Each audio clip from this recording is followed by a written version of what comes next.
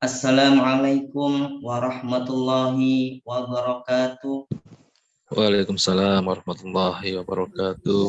Innal hamdalillah nahmaduhu wa nasta'inuhu wa nastaghfiruh wa na'udzu billahi min syururi anfusina wa min sayyiati a'malina. May yahdihillahu fala mudhillalah wa may yudlil fala hadiyalah. Asyhadu an la ilaha illallah wahdahu la syarikalah wa asyhadu anna Muhammadan abduhu wa rasuluh. Amma ba'du. Alhamdulillah, pada kesempatan yang berbahagia ini kita akan memulai lagi pertemuan yang pertama, yang perdana untuk angkatan kedua belajar tajwid. Peserta belajar tajwid hari ini yaitu teman-teman BPS Provinsi Jawa Timur, teman-teman BPS Kabupaten Kota, dan teman-teman pensiunan. Bapak Ibu yang saya hormati, pada awalnya perlu kita pahami bahwa belajar ilmu tajwid itu perlu dengan kesabaran, perlu membutuhkan keuletan. Meskipun usia kita sudah tidak muda lagi, namun kita harus tetap semangat dan istiqomah.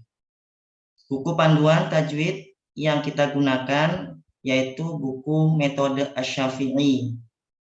Rujukannya untuk Al-Quran dengan menggunakan mushaf Utsmani. Jadi Bapak Ibu di awal nanti siapkan mushaf Al-Quran yang menggunakan rosem Utsmani. Kemudian materi sudah saya sampaikan di WA Group. Saya juga sampaikan di deskripsi WA Group, itu ada linknya, Bapak Ibu bisa mendownloadnya materinya. Dan nanti insya Allah setelah kajian ini kita upload juga sebagai bentuk dokumentasi Zoom. Nanti Bapak Ibu bisa melihat di link yang sudah disiapkan di deskripsi grup WA. Saya akan memulai materinya. Bismillahirrahmanirrahim. Pada pertemuan yang pertama ini saya sengaja mengenalkan tentang huruf-huruf hijaiyah. Di buku panduan kita memang tidak dilampirkan. Ini saya ambil dari buku yang edisi awal, buku Iqra, metode Asy-Syafi'i. Tapi tidak ada salahnya jika saya kenalkan huruf-huruf hijaiyah.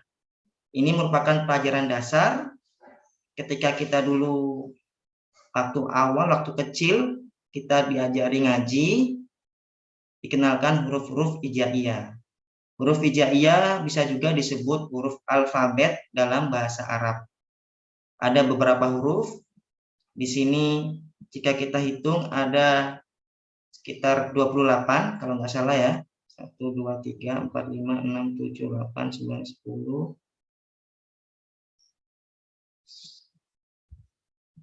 Kecuali lam alif. Di dalam buku ini lam alif dimasukkan ke dalam satu huruf. Saya sebutkan huruf hijaiyah. Bagi Bapak Ibu mungkin yang baru belajar bahasa Arab atau belajar membaca Al-Quran, huruf harus dikenali dari awal. Yaitu yang pertama alif, kemudian ba, ta, sa, jim, ha, kho, dal, zal, ro, zai, sin, shin, sod, dot, to, do, ain, ghain, fa, qaf, kaf, lam, mim, nun, waw, ha, lam alif, hamzah, ya. Jika kita hitung ada 30 ya. Di sini ada 30. Nah, ada perbedaan pendapat, ada yang membawa pendapat bahwa lam alif tidak dihitung dalam huruf hijaiyah karena sudah ada komponennya yaitu lam dan alif. Tapi di buku ini lam alif masih dianggap satu huruf hijaiyah. Nah, nanti kita akan memasuki tentang materi makharijul huruf atau tempat-tempat keluar huruf. Di sini sangat penting kita kenalkan huruf karena setiap huruf ini memiliki makhraj atau makharij masing-masing berbeda. Sehingga ketika kita nanti bisa membaca Al-Quran sesuai dengan makhrajnya, insya Allah akan dianggap benar atau sudah benar. Kemudian materi awal ini kita akan mengenalkan bacaan alif lam atau al. Di sini dibagi dua, ada al-qamariyah dan yang kedua asy-syamsiyah. Dari kata-katanya sangat mudah Bapak Ibu mengenalnya.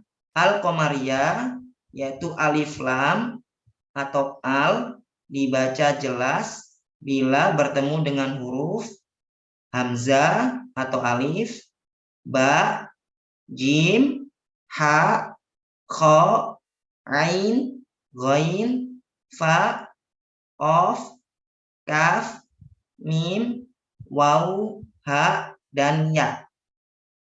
Cara bacanya jelas, alif lamnya dibaca jelas. Saya contohkan al-bab, alhamdu, bacaan al harus jelas. Lam sukun di sini dibaca jelas.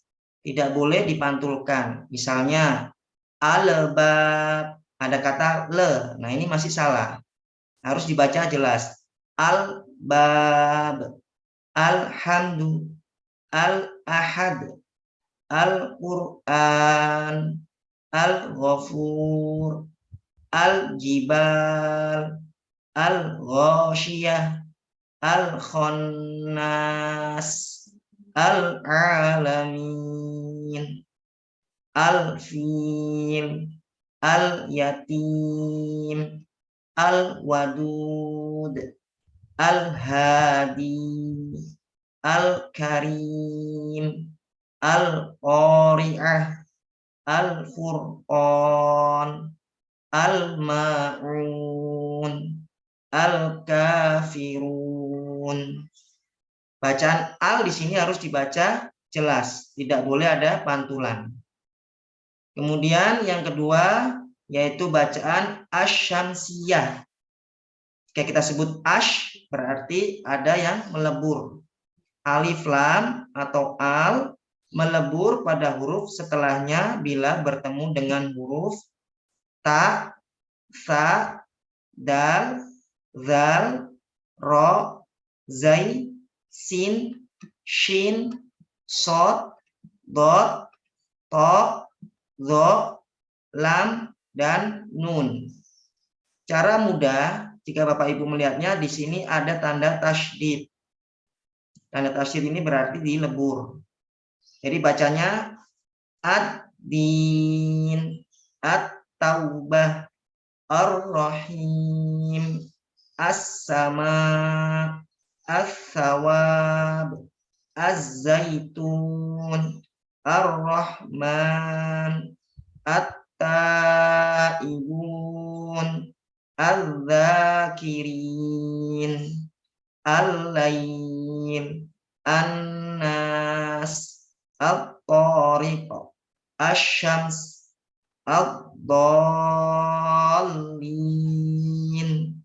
at-taghin, az-zalimin, as-sabirin, as-salihun. Jadi Bapak Ibu, jika melihat tanda tasydid artinya dilebur, ini masuk ke bacaan asy-syamsiyah, yaitu alif lam melebur pada huruf setelahnya. Catatan yang di bawahnya itu ada dibaca tanda roksu, shod atau kepala shod. Ini seperti shod kecil, kepala shod kecil yang di atas huruf alif bukan harokat doma, sehingga dibacanya langsung ya, adzakirin, seperti itu.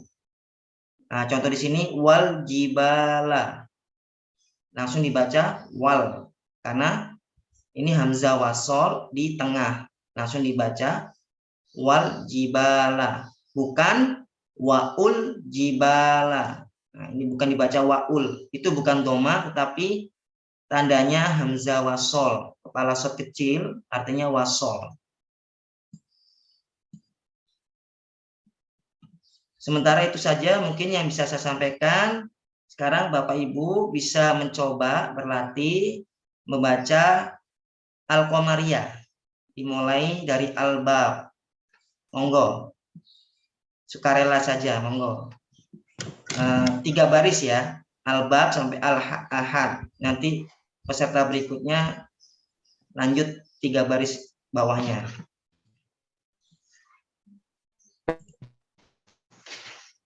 Monggo, Saya mencoba, Ustaz. silakan. Baik.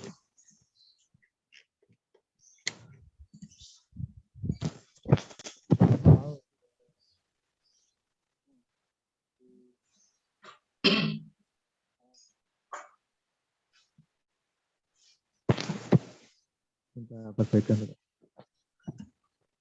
3 baris aja. Yang sebelah kiri juga. Hasilnya. 2 baris saja, 2 baris kanan kiri. Al-Bab, Al-Fil, Alhamdu, Al-Yatim. Coba 2 baris kanan kiri saja.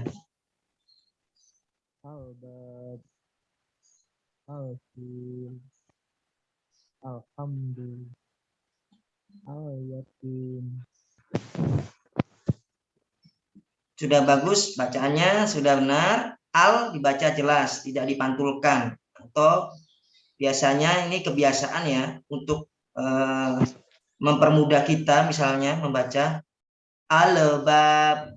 Nampak sekilas mirip, tapi itu salah karena ada kata al. Yang benar al-bab, al-fil, seperti itu. Tadi sudah dibaca dengan benar. Mungkin suaranya kurang keras sedikit. Nanti dekatkan mic-nya saja ya supaya agak keras. Supaya teman yang lain bisa mendengarnya juga. Monggo yang lain. Al-Ahad sampai Al-Hadi.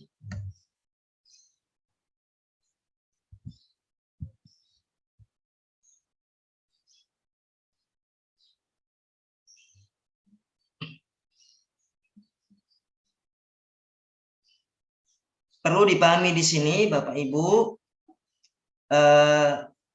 mushaf yang digunakan yaitu mushaf Utsmani. Jadi penulisannya mulai dari hurufnya, terus tanda bacanya seperti tanda sukun, tanda hamzah wasol dan yang lain, fathah, fathatain dan seterusnya, itu merujuk kepada mushaf Utsmani. Jadi Bapak Ibu untuk sekarang mencoba familiar dengan mushaf Utsmani.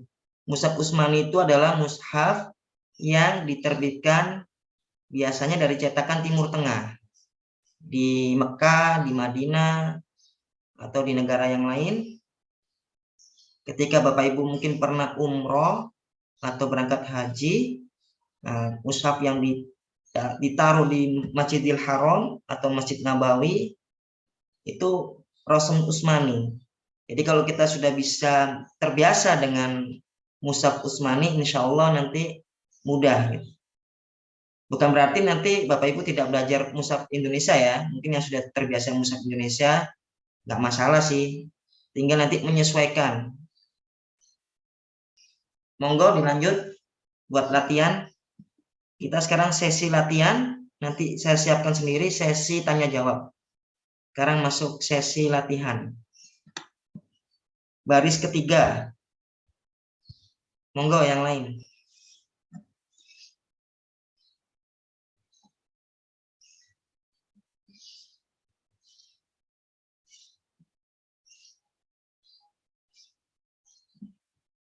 Atau ada yang bingung menyampaikan saya?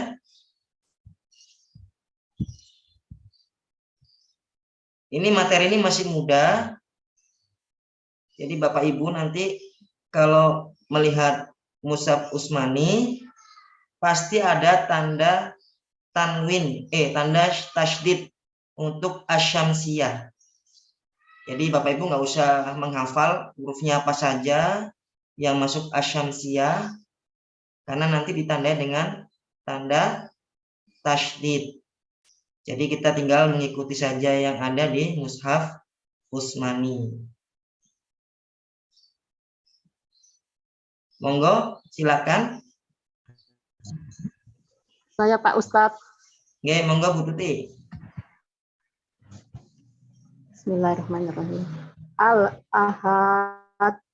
Ahadnya pendek Ibu. Al-Wadud. Al-Ahad hanya pendek. Al-Ahad. Al-Wadud. Al-Qur'an. Al-Had. Al-Had. Al-Hadi. Dibaca Al-Hadi. Karena itu ada ya, Ibu. Nanti kita pelajari tersendiri. Al-Hadi. Hadi. Al-Hadi. Nah, nanti kita pelajari tersendiri tentang mat, bacaan mat. Kalau ada kasroh bertemu dengan ya, dihukumi mat. Nanti kita belajar lagi. Jadi bacanya yang benar Al-Hadi, bukan Al-Had. Terima kasih Bu Tuti. Monggo yang lain silakan.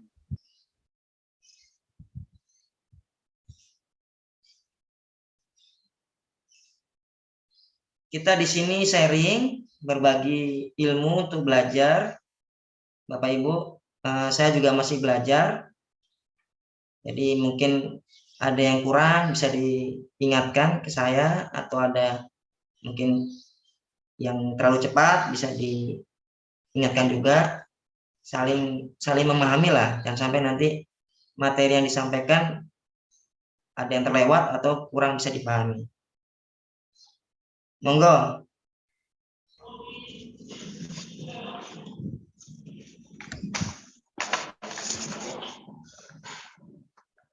Ya Ustadz.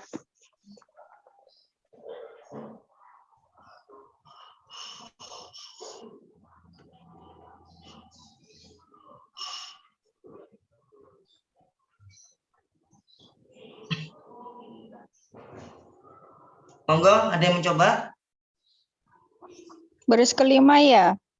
Nggih. Al-Ghafur, Al-Karim, Al-Jibal, Al-Qari'ah. Bagus, sudah benar bacaannya. Kita belum masuk ke makhraj, tapi bacaannya udah benar tentang huruf ain, Al-Qari'ah. Nah, ini agak susah, huruf ain ini beda dengan huruf alif atau hamzah. Kalau alif A, kalau ain A. Nah, itu yang membedakan. Secara umum sudah benar bacaannya. Silakan yang lain lanjut. Al-Ghasyiyah sampai Al-Ma'un.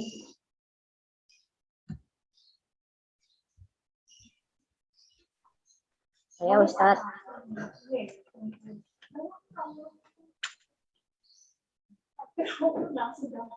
Saya Nggih, monggo, Mbak. Al-Ghasyiyah, Al-Furqan, Al-Qannas, Al-Ma'un. Untuk bacaan al sudah benar. Nah, untuk makhraj yang lain nanti sedikit diperbaiki. Kita nanti akan pelajari juga. Jadi bacaan al-ghasyiyah, gha dengan kha agak berbeda. Jadi saat kita nanti membaca huruf ghain sama kha tidak bisa membedakan, nanti akan muncul arti yang lain. Ini sebagai contoh, misalnya Bapak Ibu membaca surat Al-Fatihah. Ghairil, pakai ghairil, berarti selain. Kalau kita baca khairil, berarti kebaikan. Nah, ini bisa artinya jauh. Yang benar kan ghairil, selain. Ghairil maghdub, selain orang-orang yang dimurkai. Nah, ini sepintas kelihatannya mudah, tetapi kalau nanti kita masuk materi makhraj, itu harus dipelajari benar karena bisa mengubah arti atau makna dari sebuah kata dalam Al-Quran. Makanya bahasa Arab ini juga penting, Bapak Ibu. Satu huruf itu jika dibaca misalkan alif dengan hamzah, dengan ain, itu bisa beda arti. Misalnya nanti kita kasih contoh lah waktu saat belajar makhraj. Monggo yang lain.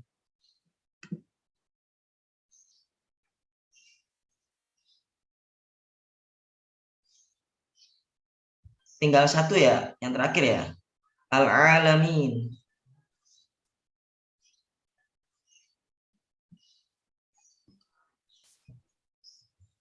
Mas Anies, halo. Nggih, monggo. Nggih, Mas. Saran aja barangkali itu tadi udah nggak apa-apa sih ditayangin aja, nggak apa-apa. Mungkin yang perlu diperhatikan juga ketika membaca alif lam, lamnya mati, terkadang terdengar al gitu ya.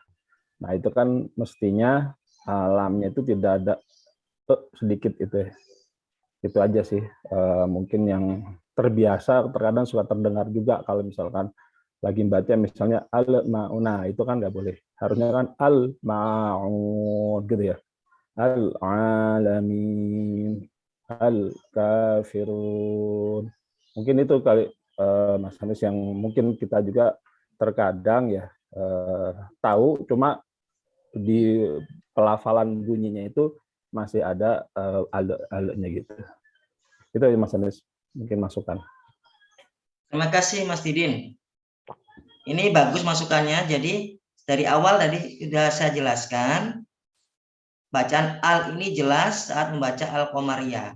Jadi tidak ada pantulan. Maksudnya pantulan itu bisa terbaca le. Itu maksudnya le itu kenapa? Supaya dia bisa masuk ke huruf berikutnya, mudah gitu. Maksudnya seperti itu. Tapi kalau kita biasakan dengan kebiasaan yang keliru, akan terbawa terus. Maka di sini kita pelajari, kita perbaiki bacaan kita yang salah. Bacaan yang benar adalah jelas al-alamin, dilatih. Al-alamin, bukan al-alamin. Apalagi kalau terbawa irama atau nada, biasanya kita baca Al-Fatihah kan merdu ya, tapi makhrajnya masih keliru. Itu yang harus hati-hati. Al-alamin, alhamdu. Nah ini biasanya huruf H agak susah ya, ditarik sedikit. Alhamdu, bukan alhamdu. Misalnya ada kita sholat jamaah, ada imam membaca alhamdulillahi rabbil alamin. Enak dan nadanya, tapi masih salah karena bacanya ale. Harusnya alhamdulillahi rabbil alamin. Nah, seperti itu. Di awal ini harus kita latihan supaya kesalahan yang dari kecil ya, mungkin ya dari dulu diajari guru-guru ngaji, mungkin waktu ngajarnya kurang pas. Nah, sekarang kita perbaiki. Begitu juga huruf ain, ini dulu waktu biasanya orang Jawa Tengah ini kebanyakan.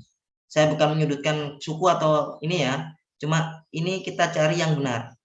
Ada yang baca nga, ngalamin. Tujuannya baik, tujuan awalnya karena untuk mempermudah, tapi ke bawah terus jadi keliru. Harusnya di awal sudah harus diajarkan yang benar. Al-alamin, bukan al-ngalamin. Nah, itu nanti terbawa terus. Ketika baca Al-Fatihah, alhamdulillahi rabbil ngalamin. Itu kejadian ada. Tapi setelah kita belajar tajwid, kita belajar nanti makhraj, kita coba memperbaiki pelan-pelan, perlahan, karena belajar itu tidak langsung bisa ya, tidak drastis gitu, tidak, tapi ada proses. Kita pelajari pelan-pelan, kebiasaan kita yang keliru coba dikurangi dan kalau bisa dihilangkan. Nah, itu bertahap. Nah, sekarang kita masuk sesi tanya jawab, Bapak Ibu. Mungkin ada yang mau ditanyakan dari materi yang saya sampaikan tadi.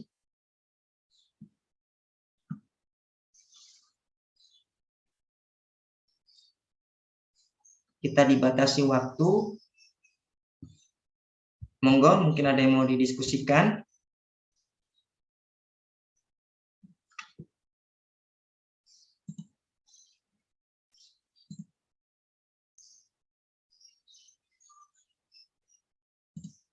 Monggo Bapak Ibu, mungkin ada yang mau didiskusikan, silakan.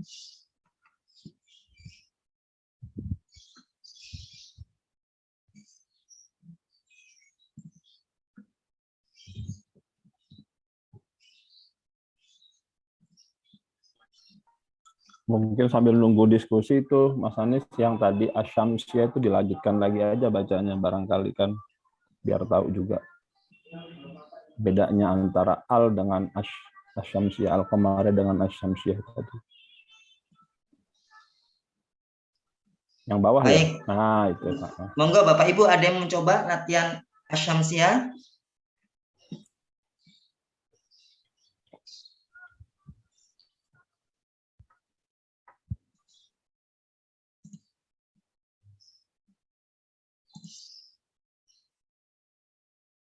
Monggo.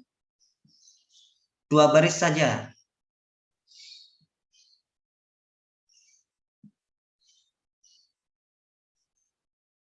Jadi nanti kalau sudah memenuhi atau sudah menemui bentuk-bentuk asyamsiyah ini, kita tidak perlu takut, tidak perlu menghafalkan juga huruf-hurufnya. Di mushaf Utsmani sudah ditandai dengan tanda tasydid. Jadi artinya melebur, langsung ke huruf berikutnya. Kecuali kalau Bapak Ibu baca kitab gundul ya, nah itu baru menghafal huruf-hurufnya yang tanpa harokat. Tapi kalau di mushaf Utsmani sudah ada harokatnya. Seperti ini, ad-din, at-taubah.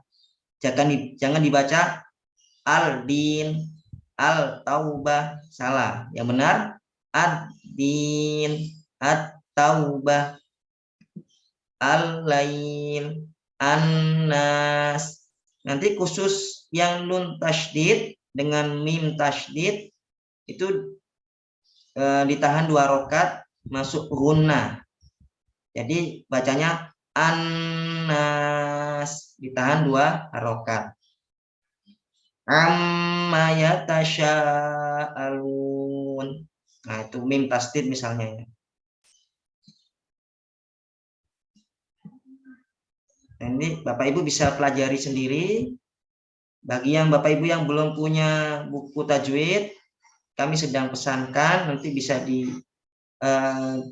aja di grup WA. Bagi yang belum punya buku tajwid, insya Allah bebas ongkos kirim.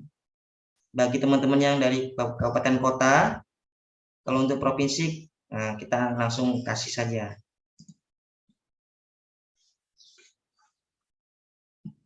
Sementara itu saja ya, mungkin Bapak Ibu ya, untuk pertemuan perdana ini. Kita harus bersyukur dengan waktu yang luang, waktu istirahat siang ini. Allah masih memberikan kesempatan kita untuk belajar tajwid. Dengan waktu yang singkat ini, kita mencoba untuk mengoptimalkan waktu kita supaya berkah. Kita belajar agama, karena belajar agama Islam harus dimulai dari yang dasar. Salah satunya yaitu membaca Al-Quran. Ketika kita bisa membaca Al-Quran, insya Allah kita bisa nantinya memahami isi Al-Quran dan mengamalkan isinya. Dan membaca Al-Quran tidak akan rugi, 1 huruf akan Allah berikan kebaikan 1 kali yang dilipat gandakan menjadi 10 kali kebaikan. Bapak Ibu harus termotivasi, saya pribadi juga, untuk memotivasi diri sendiri senantiasa membaca Al-Quran, mempelajari Al-Quran, menghafalkan, dan mengamalkan isi Al-Quran. Kita akhiri dengan doa kafaratul majlis. Subhanakallahumma wa bihamdik, Subhanakallahumma wa bihamdik. asyhadu an la ilaha illa anta, astaghfiruka wa atubu ilaik. Wassalamualaikum warahmatullahi wabarakatuh. Waalaikumsalam. Waalaikumsalam warahmatullahi wabarakatuh. Matur nuwun Mas Anis, teman-teman semuanya, terima kasih.